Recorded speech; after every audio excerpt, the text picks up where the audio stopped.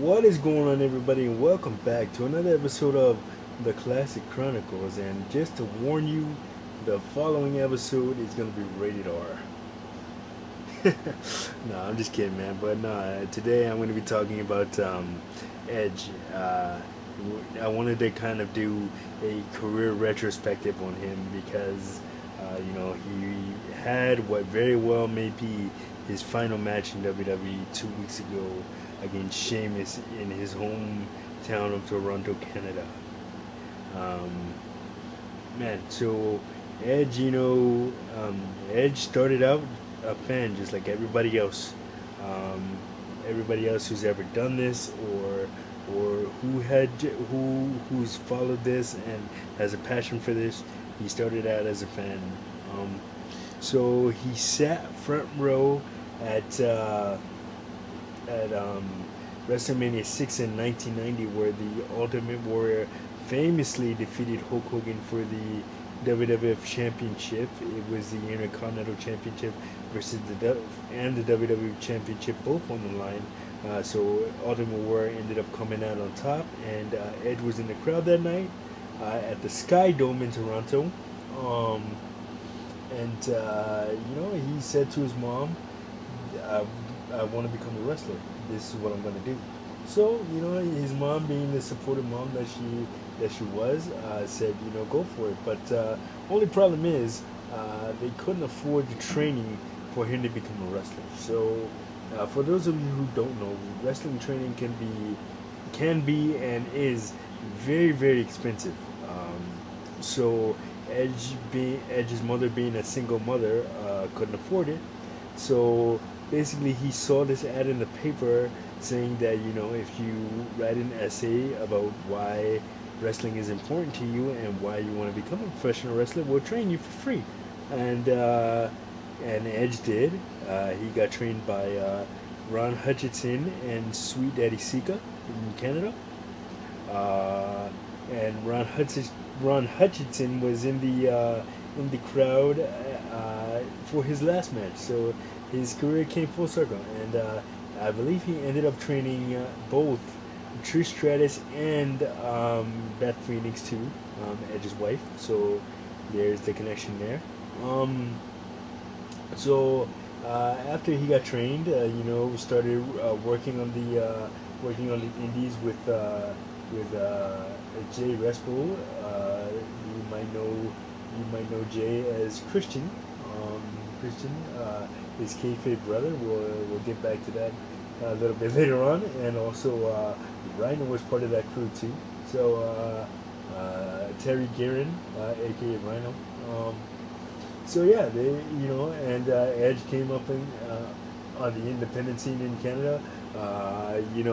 With probably one of the most coolest wrestling names ever, Sexton Hardcastle. Oh man! So used that, and then had a cup of coffee in WCW. Didn't stay there long, but he didn't wrestle in WCW as Sexton Hardcastle. He wrestled under his government name, Adam Copeland. So yeah, and then after that, continued working the Canadian Indies, and then eventually caught the eye of the WWF, man. And one of his first matches was against Owen Hart at the Hamilton County Coliseum in Hamilton, Ontario, Canada, or it might have been against Jose Estrada um, of Los Boricuas. There was a match where that I saw on his DVD where he accidentally hurt Jose Estrada.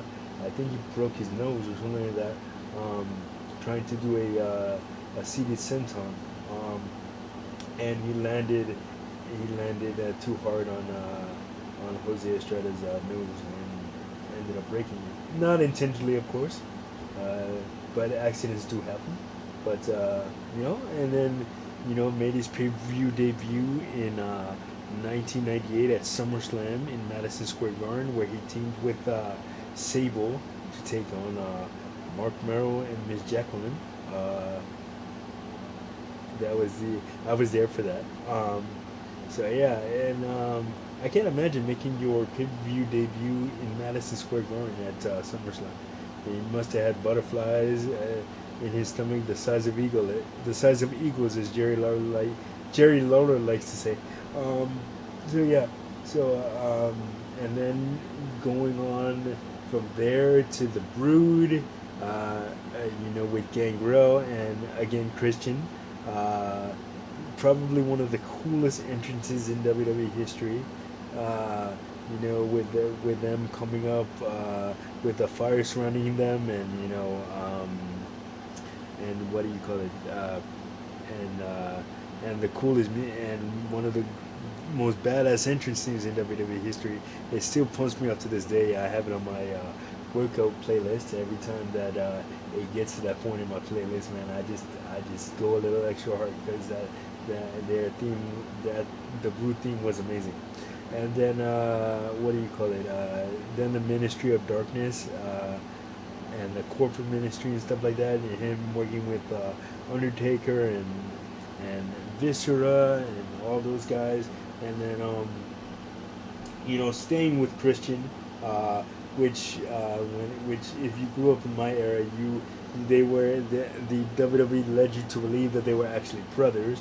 Uh, Again, you found out that they weren't biological brothers, but they grew up together and they had a strong bond, so they might as well have been brothers. So yeah, works out. Anyway, yeah. So him teaming with with Christian, and then the stuff with the Hardy Boys and the Dudley Boys, and those famous rivalries, and all the tables, ladders, and chairs matches, and the triangle ladder match at No Mercy '99 that started it all, and then like I said, from that to the tables match at WrestleMania 2000 with the Dudleys and the Hardys, and then TLC 2, no, TLC at SummerSlam, and then TLC 2 at WrestleMania 17. Probably my favorite match of that whole rivalry be with the Hardys and the Dudleys, because that was the match where Edge performed one of my favorite spears on Jeff Hardy, where Jeff Hardy was famously hanging from high above hanging from the ceiling, trying to grab the tag team championships, and after having the ladder kicked out from under him, just Edge just did a crazy spear, and it's like I said, crazy impact, and one of the most coolest looking spots I've ever seen. Uh, then becoming and also then the stuff with Kurt Angle and the whole 5 second pose, and for the benefit of those with flash photography, and they would just Edge and Christian would just come up with the most goofiest, funniest, craziest shit every single night. And then his rivalry with Kurt Angle, the hair versus hair match at Judgment Day, and '02, and just King of the Ring winner, and then moving in 2001, and then him moving over to SmackDown because of the brand split, where WWE decided they wanted to create their own competition by splitting up the rosters when they bought out their rival competitive companies, WCW. And so they decided to do what was known as a brand split, where half of the superstars of the WWE would be on Raw, half of them would be on SmackDown, and then Edge being part of the SmackDown Six with Benoit, Chris Benoit, Eddie Guerrero, Booker T, Rey Mysterio, Kurt Angle, and Rob Van Dam, and just that whole thing,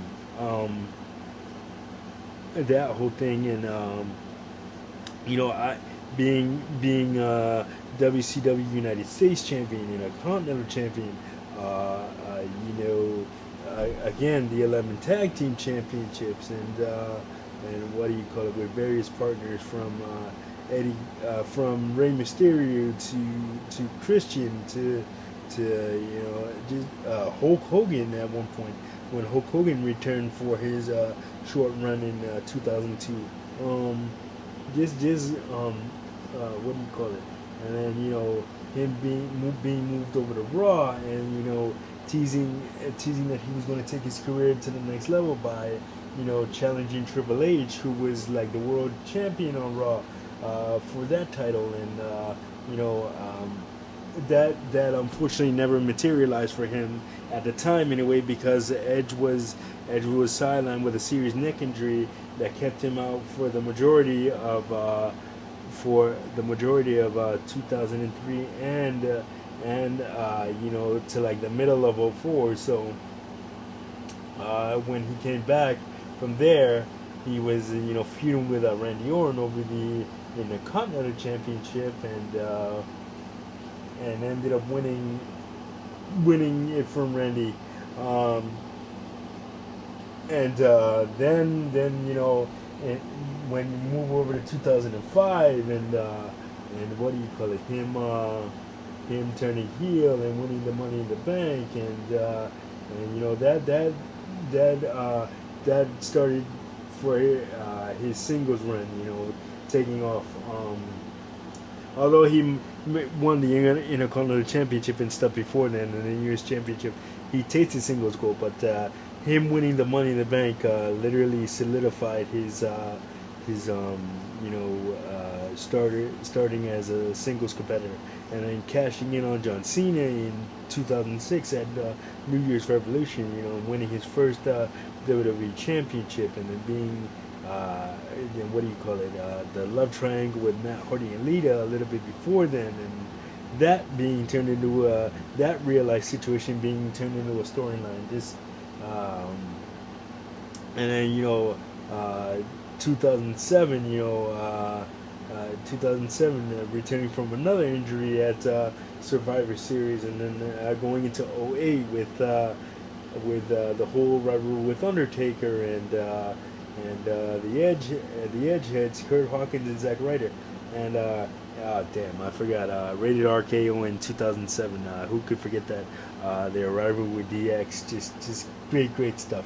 Him and Randy Orton teaming together to form Rated RKO, and then like I said in '08, with his stuff with Taker and Rey Mysterio, and him winning the World Championship on SmackDown, and then winning the Money in the Bank Championship, Money in the Bank briefcase again, and then just a whole lot, and then and then having to from that to having to winning the world, have his match with Chris Jericho at WrestleMania 26, and him having to retire a year later due to the neck injury that I mentioned in '03 and '04. He was kind of wrestling on borrowed time, and he ended up retaining the World Championship at WrestleMania 27 against Alberto Del Rio, who had won the Royal Rumble that year. But they didn't know that Edge would have to ultimately retire. So he came out on Raw the next weekend, retired, and talked about how he got his the thing that he loves the most ripped away from him. And anybody that's done what he has for so long, and one of those tag team championships and world championships and the stuff with John Cena and all that, anybody that has been doing it for as long as he has, and then to have abruptly retire like that, it's got to take a toll on you mentally, man. But that wouldn't be the last of him.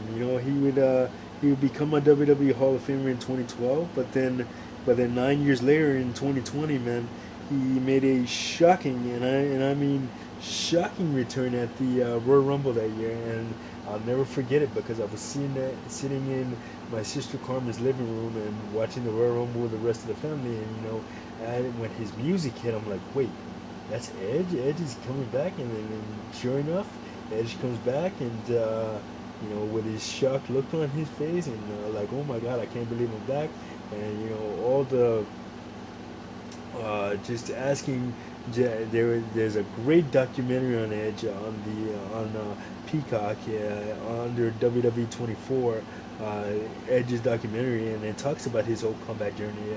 I implore you to watch it if you haven't seen it, because that really gives you an insight into what he was thinking, and his mindset, and what it took for him to get back, and how he kept his return at the Royal Rumble a secret in a day and age where keeping a secret, especially something that big, is very, very hard to do. Um, Edge was able to do it, and then having his stuff with coming back, um, coming back to renewing rivalry with Randy Orton, having the greatest wrestling match ever. And that's how it was built at Backlash 2020 during the pandemic, and all the stuff that he did, and the Judgment Day, and elevating those guys, Finn Balor, Damian Priest, and Rhea Ripley, um, and his stuff with AJ, that was good stuff. And even just even his stuff, even the last time when I got to see him wrestle. When I got to see him wrestle in Madison Square Garden on an episode of SmackDown against Grayson Waller. They won 20 minutes, and he really elevated Grayson Waller. Grayson Waller's stock. I can't wait to see what that young kid does. But and also his stuff with Seth Rollins, man. His stuff with Seth Rollins too. In 2022. So yeah, Edge has had a hell of a career, man. Hall of Famer, Royal Rumble winner, Money in the Bank winner. This man, world champion, Intercontinental champion, U.S. champion, tag champion. The man has truly done it all. There's nothing that this man hasn't done. And if he decides to literally hang it up, it'll be well deserved. He did say, in a video this past week that he does have a contract extension sitting in his inbox, but he obviously Edge is 50 years old now, and like I said, all that trauma on his neck and everything from years past and surgeries and everything.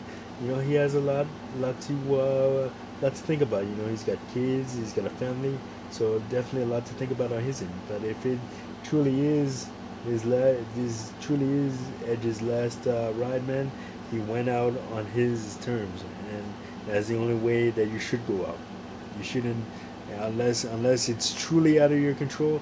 Don't let anybody tell you how to conduct business and how to live your life. Go out on your terms, do what you want to do, and that's certainly what Edge did. If this is truly it, but for me as a fan, and the one interaction that I had with you. Um, at Madison Square Garden during a Raw taping in '06.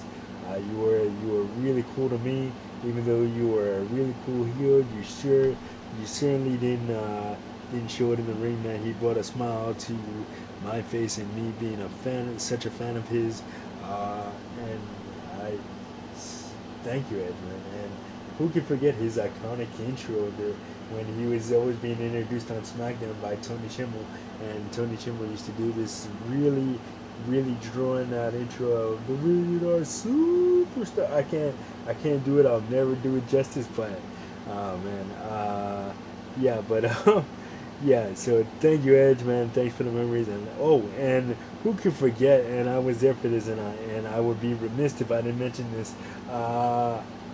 Remiss, I should say. I would be remiss if I didn't mention this. He probably has the greatest pin cover in the history of pin covers. ECW One Night Stand 2006. I mentioned it in my Terry Funk episode, but I'm gonna mention that match again, because that match was memorable for a couple of reasons. Most notably, Edge executing the pin cover on Beulah McGillicuddy. It was a 6-person tag team match with pitting Edge and Mick Foley and Lita against Tommy Dreamer, Terry Funk, and Beulah McGillicuddy.